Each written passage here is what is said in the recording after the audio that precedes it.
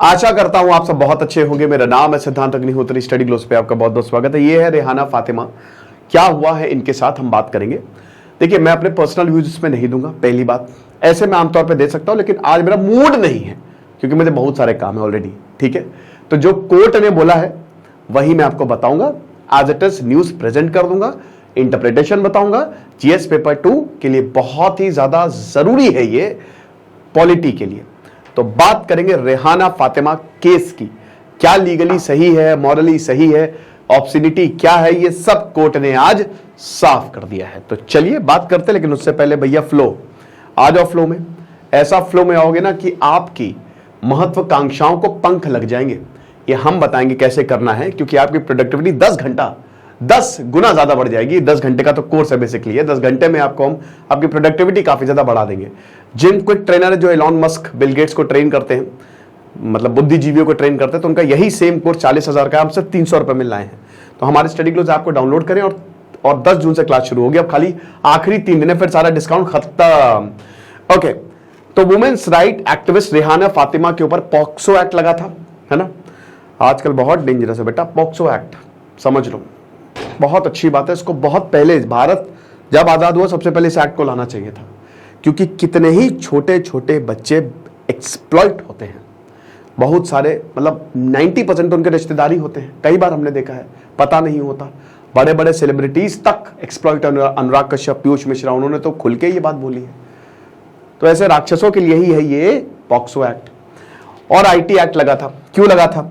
क्योंकि इन्होंने एक वीडियो बनाया था, है ना। अब इसमें इन्होंने वीडियो में इनके बच्चे थे और इन्होंने हाफ, जो मतलब इनकी बॉडी जो है दैट वाज मतलब हाफ नेकेड, और उस पे इनके बच्चे पेंट कर रहे थे। ठीक है, तो अब इस पे ये एक्ट लग गया, इनके ऊपर केस हो गया, है ना।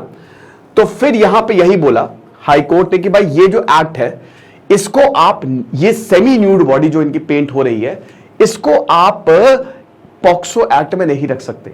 हम ये नहीं साबित कर सकते कि चाइल्ड को, बच्चे को पोर्नोग्राफी में यूज किया गया है, पॉर्न बनाने के लिए यूज किया गया, ये बिल्कुल गलत है।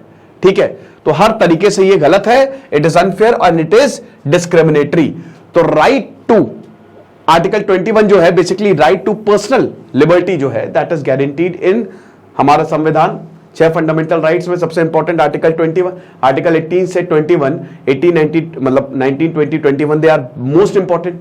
ठीक है, जिसमें 21 तो पूरा आपकी पर्सनल लाइफ है, आपकी प्राइवेसी, आपको जो करना है करिए, ये आपका फंडामेंटल राइट है, तो ये इसमें आता है। तो उसकी बॉडी उसकी ही है, हमारा उस पर कोई हक नहीं। तो हम कौन होते हैं उनकी बॉडी को ओन करने वाले? ये केरल हाईकोर्ट ने बोला।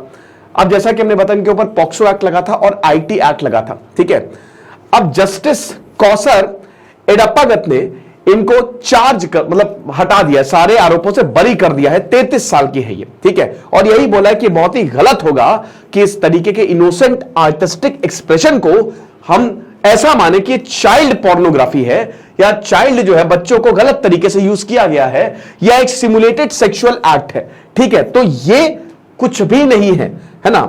समाज को अपना नजरिया बदलना पड़ेगा, ये हाईकोर्ट ने बोला है। उसके बाद ये दोस्तों हुआ क्या था कि फातिमा ने अपील की थी इसके खिलाफ, है ना। केस हुए थे इनके ऊपर। ठीक है, और इस अपील में इन्होंने यही बोला था कि जो एक्ट है ये सिर्फ एक पॉलिटिकल स्टेटमेंट था, है ना। Naked upper body of the women को सेक्सुअलाइज्ड किया जाता है हर कंटेक्स्ट में, है ना। तो ये एक पॉलिटिकल था कि भाई जो अपर बॉडी है, जैसे सलमान खान अपर बॉडी दिखा सकते हैं, सीटियां बजेंगी जिस दिन वो एंट्री करेंगे हॉल में, मस्त, है ना। बाकी का भी अपर बॉडी।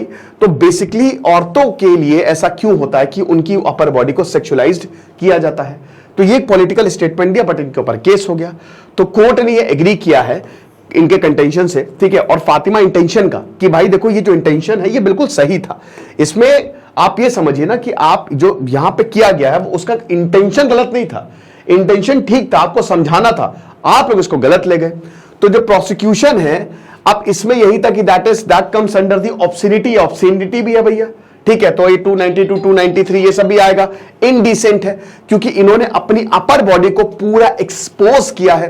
देखिए, जो इसको मैं भी बता दूंगा दोनों पक्ष के क्या व्यू हैं, पहले तो आप ये न्यूज देख लीजिए। ठीक है, उसके बाद फिर कोर्ट ने इस कंटेंशन को रिजेक्ट किया है कि भाई ये कंटेंशन ही गलत है। उन्होंने बोला न्यूडिटी और obscenity they are not always synonymous, ठीक है ना। ऑब्ससेनिटी एक गलत चीज हो गई, न्यूडिटी एक गलत चीज हो गई। आप ये सिनोनिम सिर्फ पर्यायवाची नहीं है ना। यहां पे कंटेक्स्ट ही अलग है, यहां पे जिस चीज के लिए इन्होंने ये किया है।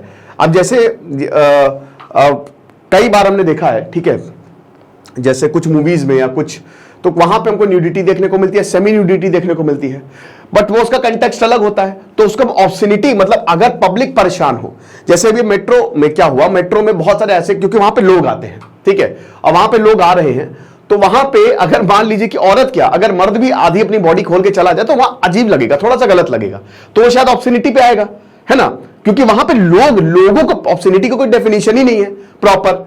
लेकिन अगर लोग उससे दिक्कत में आ रहे हैं, लोगों को शर्म आ रही है, तो वो फिर उसके अंदर आ जाएगा। अब बीच में आप जैसे चाहे वैसे घूमे, कोई प्रॉब्लम नहीं, गोवा के बीच पे जाइए जैसे, तो दैट विल नॉट कम। तो ये बात है कि ये सिनोनिमस नहीं है ना, तो ये हमको समझने की जरूरत है। तो it is wrong to classify nudity as an essential option और इवन इनडिसेंट और इमोरल, ये बताया है इन्होंने। फिर इन्होंने बोला है कि जो सेक्सुअल ग्रेटिफिकेशन है, मतलब ये जो एक्ट है, ये it was done for the purpose of sexual gratification और विद द सेक्सुअल इंटेंट, ये हम साबित ही नहीं कर सकते हैं। ये इस जो वीडियो बनाई गई है, ये इसमें ये कहीं हमको नहीं दिख रहा कि सेक्सुअल ग्रेटिफिकेशन हो या सेक्सुअल इंटेंट हो। तो नथिंग टू शो कि जो चिल्ड्रन है they were used for the pornography. तो यही सारी बातें जो है वो बोली गई हैं।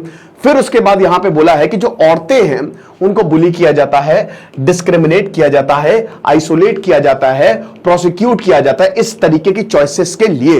ये उनकी बॉडी है, उनकी लाइफ है। तो न्यूडिटी को आप सेक्स से नहीं बांध सकते कि कुछ भी न्यूड हो तो वो सेक्स हो जाए। साथ ही साथ कोर्ट ने ये भी जो मोरालिटी पे आर्गुमेंट है, ये भी कि मोरालिटी और क्रिमिनलिटी जो है ये को एग्जिस्ट नहीं कर सकते। आप समझ रहे हो?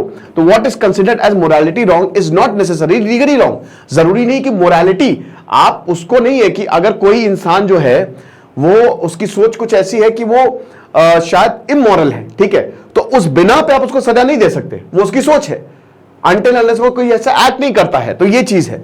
तो कोर्ट ने ये नोट किया है कि स्टेटमेंट जो दिए गए हैं पेटिशनर द्वारा कि जो बच्चे हैं वो बहुत अटैच्ड हैं अपनी माता से, ये बच्चे छोटे हैं, प्यार करते हैं, और अगर हम यहां पे सजा दे देंगे एक मदर को तो इनके ऊपर बहुत ही बुरा पड़ेगा, ठीक है, बहुत ही बुरा असर पड़ेगा। तो ये जो केस है पूरा का पूरा हुआ, और उसके बाद काफी ज्यादा इस पे बवाल हुआ था यहाँ पे, ठीक है। बीजेपी और बाकी ओबीसी मोर्चा लीडर एवी अरुण प्रकाश इन सब ने जो है वो इन पे अब देखिए यहाँ पे बीजेपी का या बाकी जो कुछ है उनका ये कहना है कि ये सही नहीं है, समाज में अच्छा मैसेज नहीं जाएगा, ठीक है।